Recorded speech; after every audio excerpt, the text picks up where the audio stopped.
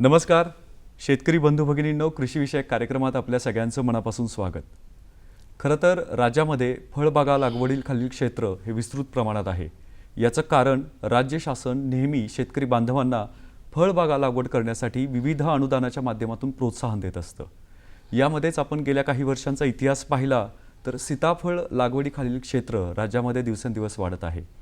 या फळावरती विविध रोग आणि किडींचा प्रादुर्भाव होतो आणि याचं नियंत्रण मिळवता शेतकरी बांधवांना अतोनात खर्च करावा लागतो. हा खर्च कमी करता यावा यासाठी आपण या सीताफळ पिकावरील रोग आणि किडींचं एकात्मिक पद्धतीने जर नियंत्रण केलं तर निश्चित आपल्या खर्चामध्ये बचत होऊ शकते आणि उत्पादन वाढू शकतं. आजचा आपला विषय नेमका हाच आहे. या विषयाला मार्गदर्शन करण्यासाठी आपल्यासोबत तज्ज्ञ म्हणून आहेत डॉक्टर सुनील लोहाटे सर. सर नमस्कार, कार्यक्रमात स्वागत. नमस्कार सर. मंडळी, डॉक्टर लोहाटे सरांची ओळख मी सुरुवातीला आपल्याला करून देतो. विभागीय कृषी संशोधन केंद्र पुणे येथील वनस्पती रोगशास्त्र विभागामध्ये ते सहाय्यक प्राध्यापक या पदावर कार्यरत आहेत. प्रदीर्घ असा अनुभव आहे सरांना या विषयाचा. अनेक वेळा त्यांनी कार्यक्रमांमध्ये, चर्चासत्रांमध्ये सहभाग नोंदवून शेतकरी बांधवांना माहिती दिली आहे. आजही ते आपल्याला कार्यक्रमात माहिती देणार आहे. सीताफळ पीक जे आहे ते कोरडवाहू भागातील एक प्रमुख पीक म्हणून ओळखलं जातं. तर याचे प्रमुख हंगाम कोणते आहेत आणि या पिकाचं महत्त्व काय आहे? सीताफळामध्ये जर आपण बघितलं तर 2 हंगामामध्ये हे फळपीक आपल्याला घेता येतं. सीताफळामध्ये ज्या भागामध्ये पाण्याची उपलब्धता, उन्हाळ्यामध्ये पाण्याची उपलब्धता आणि तापमान कमी असेल अशा भागामध्ये आपण उन्हाळी बहार घेऊ शकतो, किंवा पावसाळा सुरू झाल्यानंतर येणारा बहार हा नैसर्गिक बहार जो असतो तो बहार आपण सीताफळामध्ये घेऊ शकतो. उन्हाळी बहाराचे फायदे असे आहेत की उन्हाळी बहार जर घेतला तर ह्या बहारामध्ये कीड आणि रोगांचा प्रादुर्भाव कमी प्रमाणात आढळतो. पण उन्हाळी बहारामध्ये जे फळधारणा जी होण्याची प्रवृत्ती आहे ती मात्र जर तापमान जास्त असेल तर ती कमी प्रमाणात आढळते.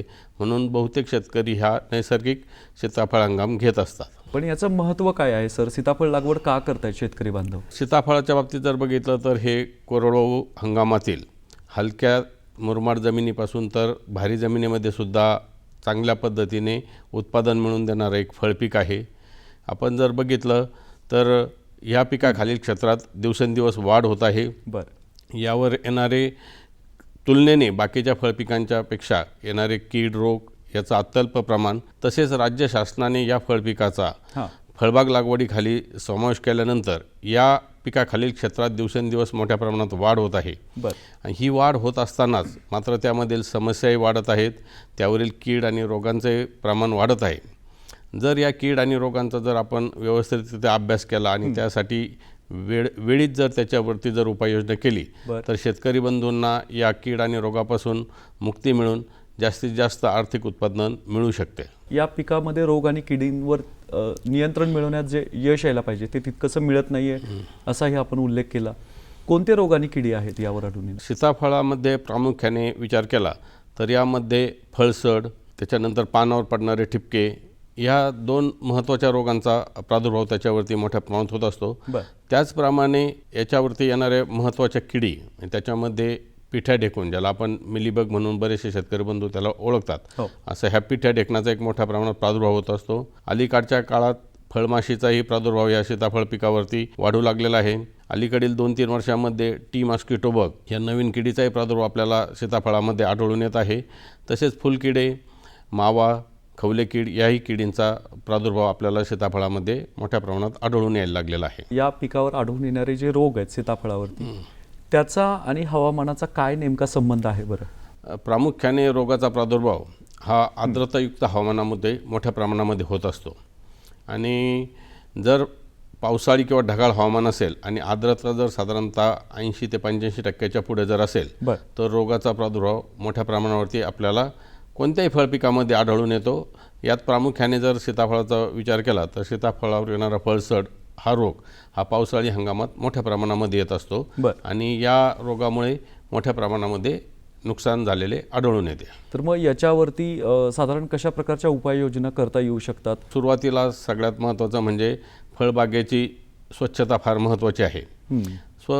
फळबागेची स्वच्छता करताना त्यामध्ये त्याची छाटणी करावी लागते आणि छाटणी करताना जे काही जुन्या वर्षाचे जे त्याच्यावरती रोगट फळे, वाळलेल्या फांद्या वगैरे हे छाटून त्याचा जर नायनाट केला तर आपल्याला पिकावरती नवीन फळपिकावरती येणाऱ्या रोगाचा प्रादुर्भाव आपल्याला कमी प्रमाणामध्ये आढळून येतो. तर आता सीताफळ पिकावर जे रोग येतात ते कोणते आहेत, ते ओळखायचे कसे, याविषयी आपण विस्तृत सांगावं.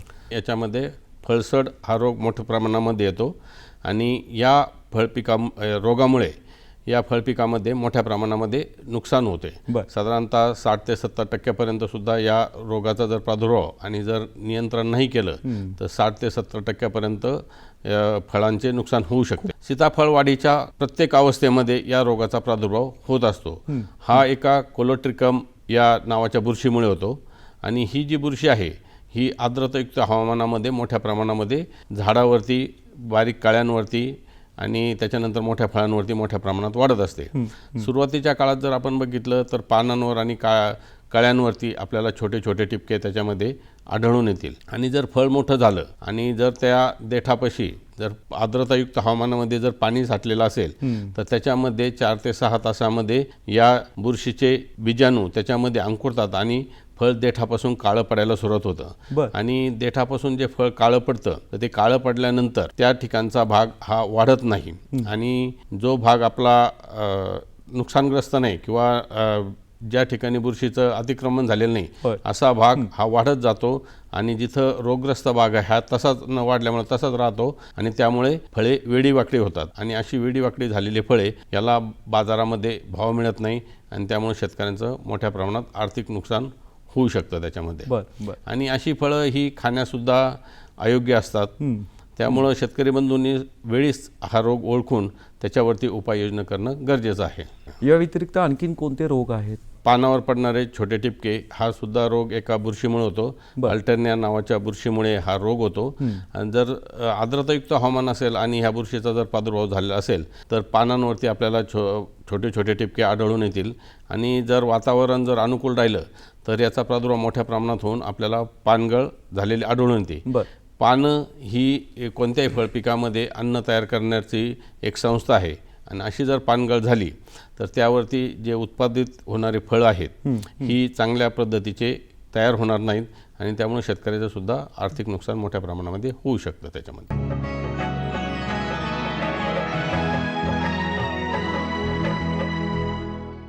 सीताफळ पिकावरील रोग, तर याचा प्रचार आणि प्रसार कसा होतो, कोणते घटक कारणीभूत आहेत? आर्द्रतायुक्त हवामान साधारणतः तापमान हे 25 ते 30 डिग्री सेंटीग्रेड असेल आणि आर्द्रता जर साधारणतः 80 ते 85% दरम्यान जर असेल आणि हे त्या ठिकाणी जर या बुरशीचे बीजाणू जर तिथं असेल तर ह्या ढगाळ वातावरणामध्ये हा रोग मोठ्या प्रमाणामध्ये फळपिकावरती या सीताफळावरती मोठ्या प्रमाणात पसरत असतो.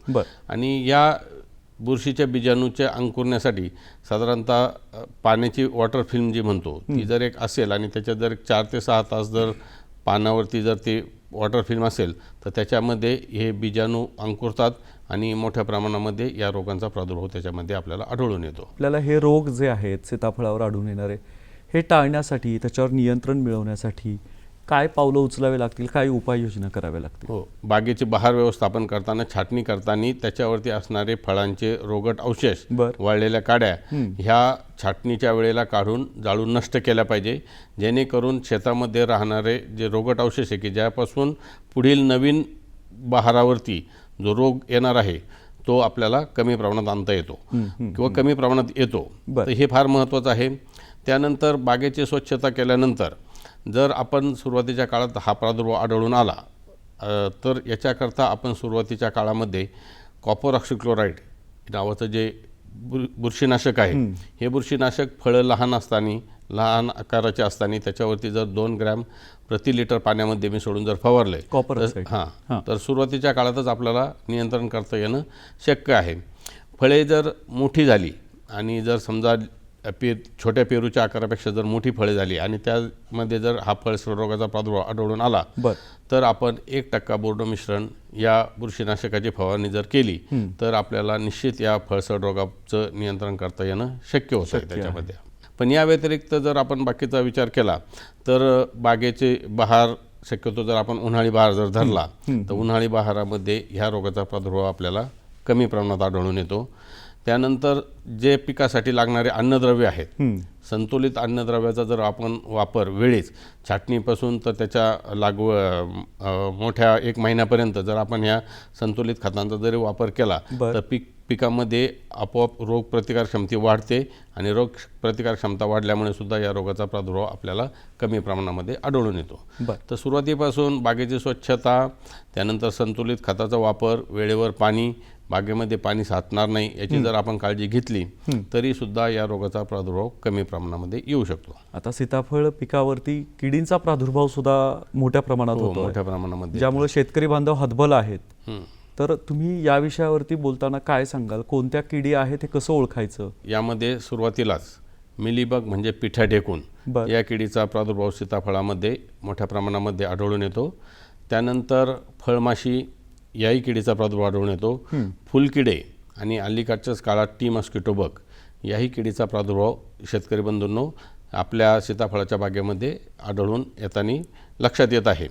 तर यातील जर आपण सुरुवातीला बघितलं पिठ्या ढेकूण, तर ह्या पिठ्या ढेकणाचं जर आपण बघितलं तर ह्या सीताफळामध्ये मोठ्या प्रमाणात त्याचा जर प्रादुर्भाव झाला तर यामध्ये सुद्धा मोठ्या प्रमाणात नुकसान होतंय. फांद्यांवरती किंवा सीताफळावरती सुरुवातीच्या काळात लहान लहान ह्या पिठ्या ढेकणाचे पिलं आपल्याला त्याच्यावरती आढळून येतात आणि हे प्रौढ आणि पिले हे त्याच्यामधील रस शोषण करतात आणि असे रस शोषण केलेली फळं ही निस्तेज आणि वेड्यावाकड्या आकाराची तयार होतात आणि जी पूर्ण पिकत नाही किंवा छोट्या आकाराची राहतात. अशा फळालाही बाजारभाव नीट मिळत नाही. तर सुरुवातीच्या काळात सुद्धा हे ह्या पिठ्या ढेकणाचं वैशिष्ट्य असं आहे की याच्यावरती एक मेंचट आवरण असतं आणि हे मेंचट आवरण असल्यामुळं त्याच्या मुख्य किडीपर्यंत ते औषध आपण जर कोणते फवारलं तर ते पोहोचत नाही. तर याच्यासाठी काळजी घ्यायचं की सुरुवातीच्या काळात ज्या वेळेला कमी प्रमाणात प्रादुर्भाव आहे आणि पिलं लहान आहेत त्यावेळेला जर आपण उपाययोजना केली तरी सुद्धा आपल्याला या पिठ्या ढेकणापासून चांगल्या पद्धतीने नियंत्रण करता येणं शक्य होतं. पिठ्या ढेकूण ह्या किडीविषयी जर आपण विचार केला तर याच्यामध्ये रासायनिक कीटकनाशकाबरोबरच आपण जैविक पद्धतीने सुद्धा या किडीचं आपण नियंत्रण करू शकतो. तर याच्यामध्ये याच्यावर वाढणारे जे मिलीबगला किंवा पिठ्या ढेकणाला खाणारे जे परोपजीवी कीटक आहेत, क्रिप्टोलिमस मॉन्टेझेरी नावाचे जे भुंगेरे आहेत, हे जर आपण आपल्या शेतामध्ये प्रादुर्भाव आढळून आला तर हे जर आपण शेतामध्ये जर सोडले प्रादुर्भाव असताना तर सुद्धा हे परोपजीवी कीटक ह्या मिलीबगला खातात आणि आपल्याला या पिठ्या ढेकणाचं नियंत्रण करता येणं शक्य आहे. त्यानंतर क्रिप्टोलेमस मॉन्टेझेरी हे सुद्धा एक परोपजीवी कीटक आहे जे सुद्धा या मिलीबगला खातात आणि त्यामुळे सुद्धा आपल्याला नियंत्रण करता येणं शक्य आहे. या व्यतिरिक्त जैविक बुरशीनाशक किंवा जैविक कीटकनाशक जे म्हणतो त्याच्यामध्ये व्हर्टिसिलियम लेकॅनी या नावाचं जे जैविक कीटकनाशक आहे हे सुद्धा या मिलीबगचं चांगल्या पद्धतीने नियंत्रण करतात. तर याचा वापर करताना फक्त आर्द्रता शेतामध्ये असली पाहिजे. आर्द्रता जर असेल आणि जर किडीचा प्रादुर्भाव असेल आणि आपण व्हर्टिसिलियम लेकॅनी हे जर औषध जर शेतामध्ये फवारलं तरीसुद्धा आपल्याला चांगल्या पद्धतीने या किडीचं नियंत्रण करता येणं शक्य होतं. आणि हे नियंत्रण करत असताना जर रासायनिक कीटकनाशकांकडे जायची जर गरज भासली तर आपण त्याच्यामध्ये मेलॅथिऑन आणि फिश ऑइल रोजिन सोप या कीटकनाशकाचा जर वापर केला सुरुवातीच्या काळात तर त्याचंही नियंत्रण आपल्याला करता येणं शक्य आहे. आणि त्या व्यतिरिक्तही बिप्रोफेंजिन नावाचं हे कीटकनाशक आहे जे 20 मिली प्रति 10 लिटर पाण्यामध्ये मिसळून जर आपण फवारणी केली तरीसुद्धा आपल्याला या पिठ्या ढेकणाचं चांगल्या पद्धतीने नियंत्रण करता येणं शक्य होत आहे. सर, आता खरं तर पिठ्या ढेकूण हा एक गंभीर प्रश्न आहे सीताफळ बागायतदारांसमोरचा. बरोबर आहे. तर त्याची लक्षणं काय आहेत की पिठ्या ढेकूणची लागण झाली या फळावर, ही ओळखण्याची लक्षणं, त्याच्या वाढीची अवस्था याविषयी आपण काय सांगाल? फळ धारणा झाल्यापासून या किडीचा प्रादुर्भाव आपल्याला आढळून येतो. आपण जर शेतामध्ये जर बघितलं आणि जर या किडीचा प्रादुर्भाव असेल तर लहान लहान विटकरी रंगाचे जे छोटे छोटे पिल्लं आहेत ते आपल्याला फळांवरती, फांद्यांवरती, खोडावरती आपल्याला आढळून येतील. तर सुरुवातीच्या काळात या किडीवरती कुठलंही मेनचट आवरण नसल्यामुळे असं लक्षात आल्यानंतर आपण जे सांगितलेल्या उपाययोजना आहेत या उपाययोजनांचा जर अवलंब केला तर पिठा ढेकूण या किडीपासून आपल्याला नियंत्रण करता येणं शक्य आहे. यामध्ये अजून एक असे सांगता येईल की ह्या पिठा ढेकणाचे पिलं जे आहेत ते जमिनीतून झाडावरती चढत जातात आणि नंतर प्रादुर्भाव करतात. तर झाडाच्या खोडाला जर आपण एक चिकट टेप लावला आणि त्याच्या बाहेरच्या बाजूने जर ग्रीसचं आवरण लावलं तर ह्या पिलांना ज्या वेळेला ते झाडावर चढतात तर त्यावेळेला त्या ग्रीसच्या याला चिटकून ते आपल्या फळांपर्यंत पोहोचू शकणार नाहीत आणि आपल्याला वेळीच नियंत्रण करता येणं सुद्धा या पिठा ढेकणाचं शक्य होतं.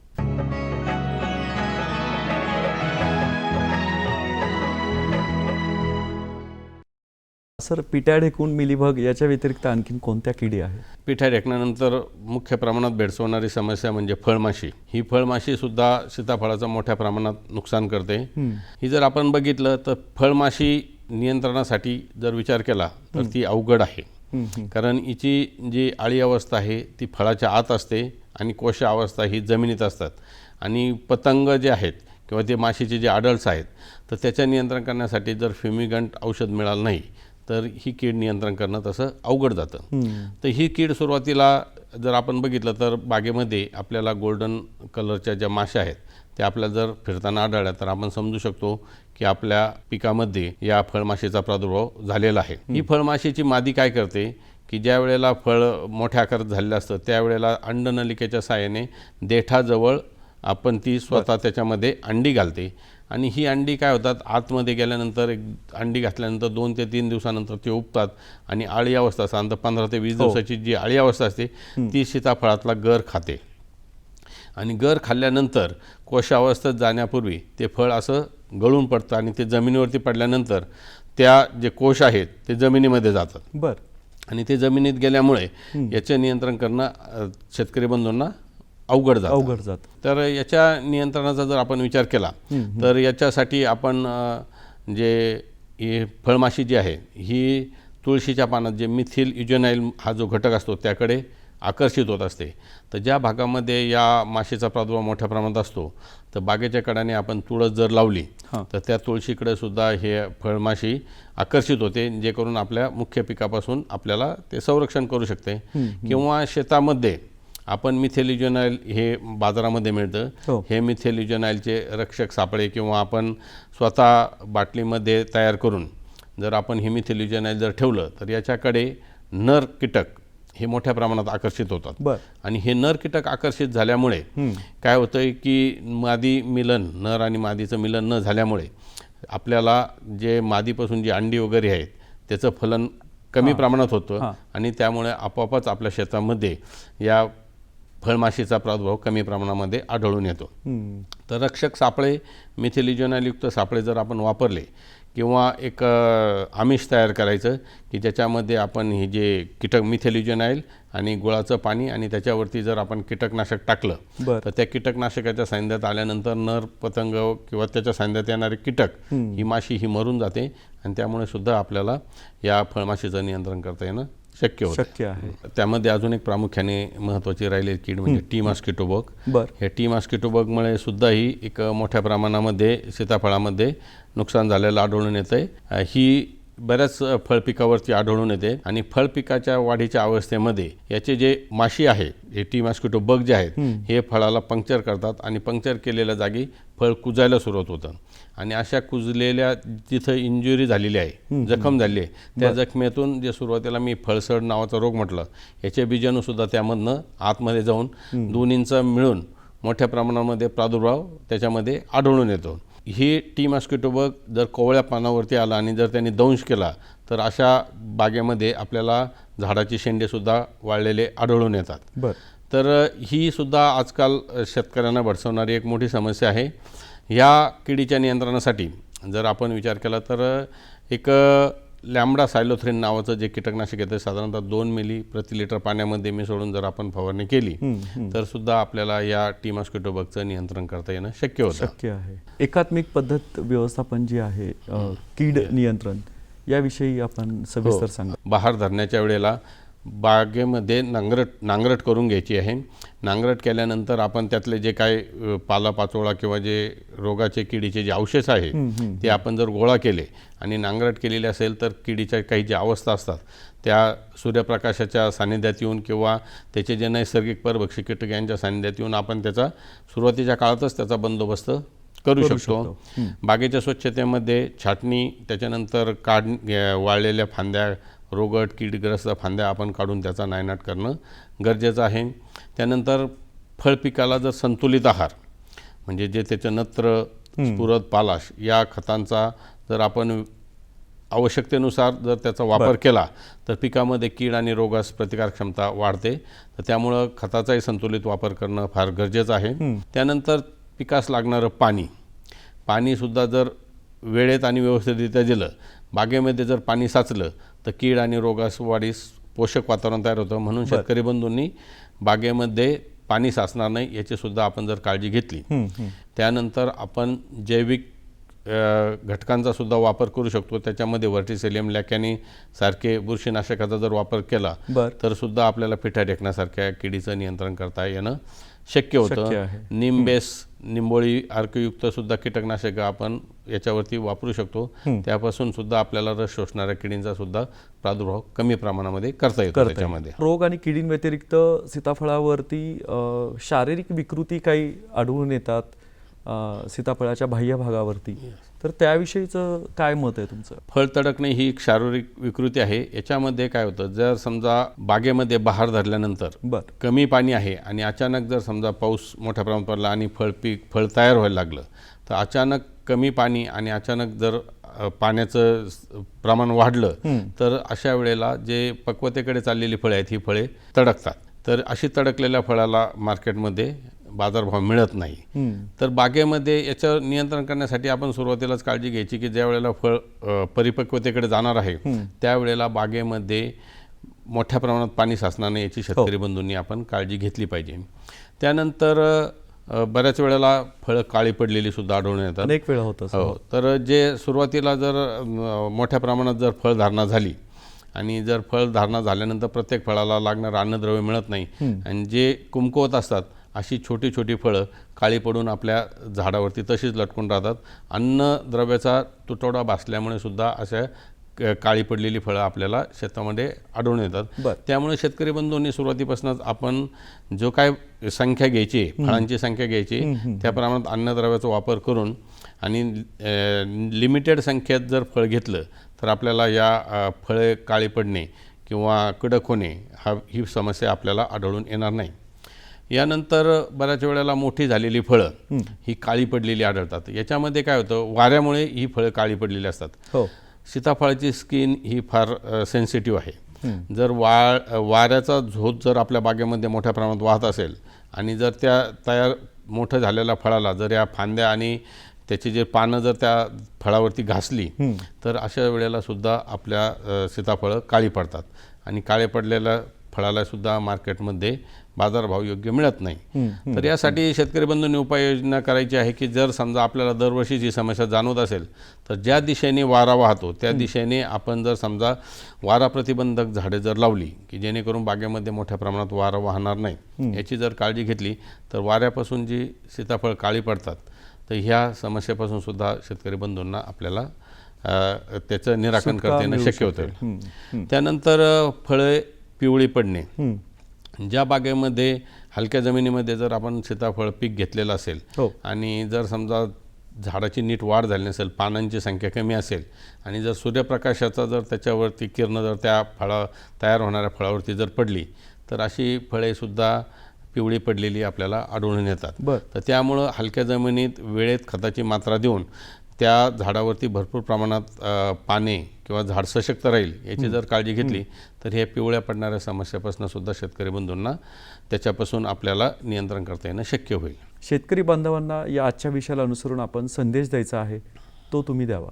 कीड आणि रोग याची जर ओळख आपण वेळीच आणि सुरुवातीच्या काळात जर केली आणि त्यासाठी आता ज्या पद्धतीने सांगितलेले आहेत छोटे छोटे उपाययोजना, बागेची स्वच्छता असेल, संतुलित खताची मात्रा असेल, त्यानंतर जैविक कीटकनाशकांचा वापर असेल, ह्या उपाययोजना सुरुवातीच्या काळात जर केल्या तर आपल्याला आपलं फळ हे कीड आणि रोगापासून मुक्त ठेवता येईल आणि असे जे रोगमुक्त आणि कीडमुक्त जे फळ आहे याला बाजारभाव चांगला मिळेल आणि त्यामुळं आपल्या शेतकरी बंधूंना चांगल्या प्रमाणात आर्थिक नफा मिळू शकेल. सीताफळ पिकाचं जे शेल्फ लाईफ आहे ते फार कमी आहे आणि यामध्ये जर आपण त्याला त्याच्या वाढीच्या अवस्थेमध्ये आणि फळ काढणीच्या अवस्थेमध्ये जर जपलं तर एक चांगल्या दर्जाचं, चांगल्या आकाराचं, चांगल्या वजनाचं सीताफळ पीक आपल्या हातात येईल. त्यासाठी सीताफळ पिकावर आढळून येणाऱ्या रोग आणि किडींचा एकात्मिक पद्धतीने बंदोबस्त करणं किंवा नियंत्रण मिळवणं त्याच्यावरती फार आवश्यक आहे. आजच्या कार्यक्रमात डॉक्टर लोहाटे सरांनी आपल्याला जी माहिती दिली आहे त्याचा तुम्ही नक्की विचार करा आणि राज्यातील सर्व सीताफळ बागायतदारांना माझी विनंती आहे की त्यांनी या सगळ्या सूचनांचा अवलंब आपल्या बागेमध्ये करावा. सर, कार्यक्रमात आपण सहभागी झालात, प्रेक्षकांना माहिती दिलीत, त्याबद्दल पुणे दूरदर्शनच्या वतीने खरोखर आपले मनापासून आभार. धन्यवाद. धन्यवाद.